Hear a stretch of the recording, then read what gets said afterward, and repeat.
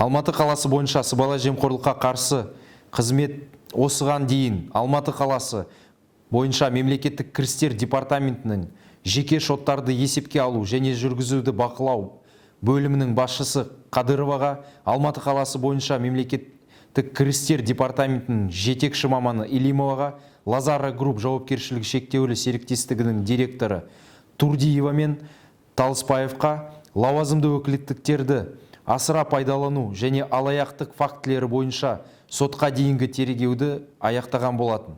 Кадырова, Илимова мен Талыспаевтың арандатушылығы мен сыртқы экономикалық қызметтің бірқатар қатысушыларының жеке шоттарында кедендік төлемдер мен салықтардың сомасын заңсыз азайту арқылы жалпы сомасы 541 миллион теңгеден асатын кедендік төлемдер мен салық төлеуден жалтаруға әкеп соққан лауазымды өкілеттіктерін асыра пайдалануда да күдікті деп танылған.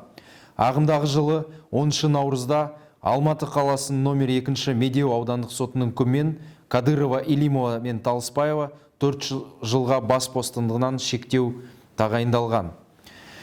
Осы үкіммен аталған тұлғаларға лауазымды өкілеттіктерін асыра пайдалануда ұйымдастырғаны және ірі көлемде алаяқтық жасаған үшін Турдиева 5 жылға бас бостандығынан айырылған. Сотталған лауазымды тұлғалар мемлекеттік қызметте өмір бойы лауазымды атқару құқығынан айырылды.